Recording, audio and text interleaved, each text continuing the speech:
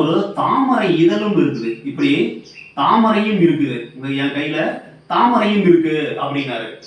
அதை நான் சொன்னேன், உங்களுக்கு ஒரு சக்கரம் இருந்து ஸ்வஸ்திக் இருந்து ஒரு தாமரை இதழ் போல இருந்தால் நீங்கள் பெரிய அரசராக இருக்க வேண்டும்.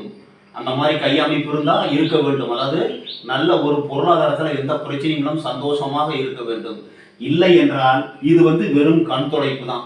இல்லையா உங்களுடைய வாரிசுகளுக்கு அந்த மாதிரி வரத்துக்கு வாய்ப்பு இருக்கு. கை கரெக்டா இருந்ததுன்னா, அதாவது புத்தி ரேகை சரியா இருந்து, ஆயுள் ரேகை சரியா இருந்து, விதி ரேகை சரியா இருந்து, சூரிய ரேகை வரும் வயது தான் அது நடைமுறைக்கு வரும்.